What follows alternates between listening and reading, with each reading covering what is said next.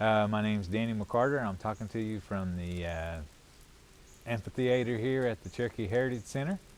Now the amphitheater's been closed since about 2007 was when we had the last show here. Now, I work here at the ancient village at the Cherokee Heritage Center. What we're doing is we're portraying the 1700s Cherokee life in that era. Now, a little bit about the amphitheater though is it opened in 1969 and ran all the way up to about 2007.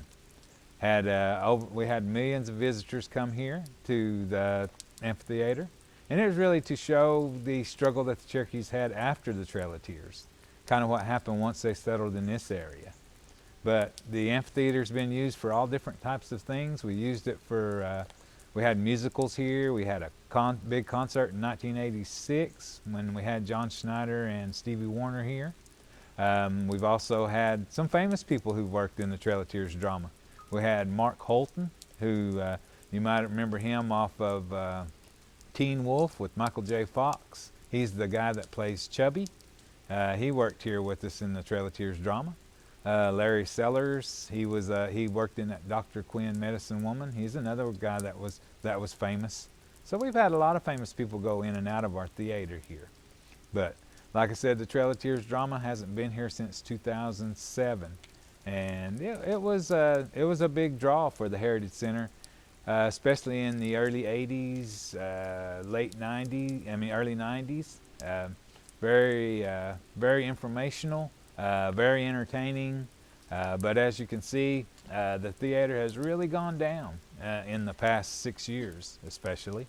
We're hoping. We have rumors every now and then that, they're going to try to get it back up. We're going to try to get it started again. And a lot of people would be happy with that. We have a lot of people who ask us continuously. As I work in the village, people come to ask about it continuously. When is the Trail of Tears drama ever going to be open? Or, and that's the good thing about the Heritage Center. People fall in love with this place. They come out here and they spend the day here. I don't know how many times I've had, like, I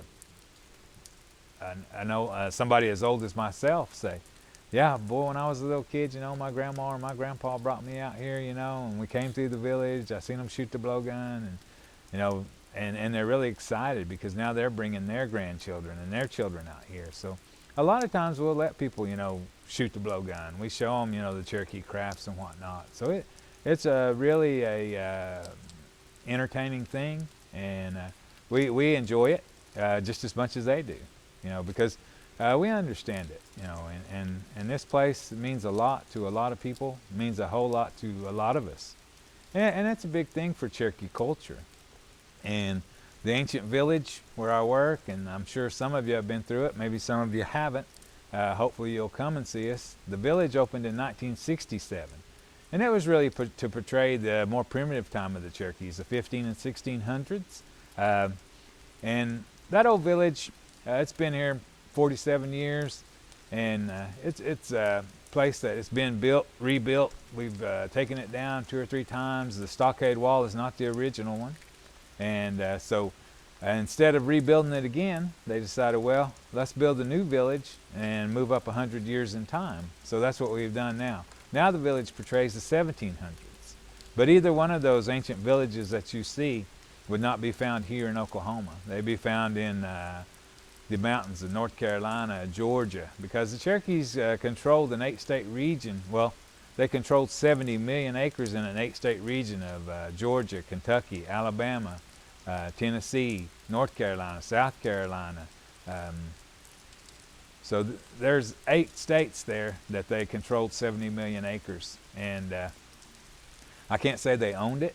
We had neighbors in that area. We had the Chickasaws and the Creeks. And so we kind of went back and forth with it, but for the most part, about 70 million acres is about what we controlled. And the Cherokees, being an agricultural tribe, which means we grew our own food, we been gardening for thousands of years, we were able to settle in one area and stay. So we never lived in teepees like the Plains tribes. We've always had our winter home and summer home.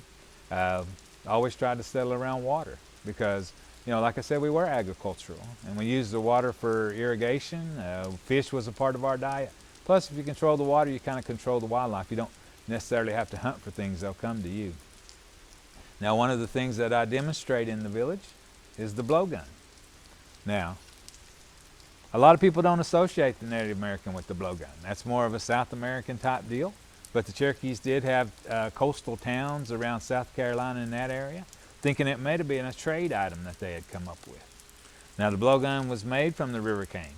Now, the Cherokees use the river cane for everything. We use it for our buildings, we use it for our furniture, we use it for our weapons. River cane is a natural building material for the Cherokees. Now, the blowgun itself, though, we go down and gather the cane, bring it back, lay it out, let it dry, try to pick out the straightest pieces we can find. When we find one we want to work with, we're going to cut it off to the length that we want. Then you got to burn these notches out, because this cane is hollow in between here, but the notches are filled. What they did back then, take a hot coal from the fire, put it in the end, push it through with a smaller piece of cane, and burn these notches out. Now, once you get it all burned out and all cleaned out, it's normally not straight. The way to straighten it is by heat. What you're going to do is hold it over an open fire wherever it's crooked, like this here, twirling it until it starts to sweat. Once it starts to sweat, it becomes pliable. You can bend it on your knee and straighten it out. Now, the darts themselves, though, are really kind of the art part of it, because the darts are made from what we call Scottish or Canadian thistle. Now, hundreds of years ago, they used like squirrel tail, any kind of fur, those kind of things they would use for their darts. But as we got into this area, we got introduced to the Scottish and Canadian thistle. It's perfect for that.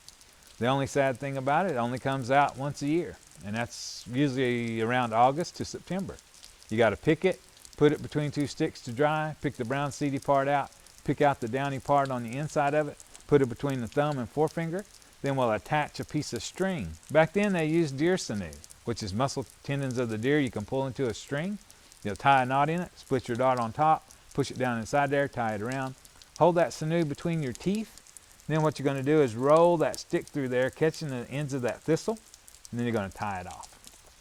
Now, Cherokees never poisoned their darts, because they were for our small children, but really didn't need a poison. We were only hunting small game, birds, rabbits, and squirrels. So that's one part of the thing that we'll show you. We show you the bows, we show you our council house, we show you a little glimpse of Cherokee life. Because probably in that time period, your main objective is just surviving. And so that's kind of what we're showing you, is just the ways that they were able to survive.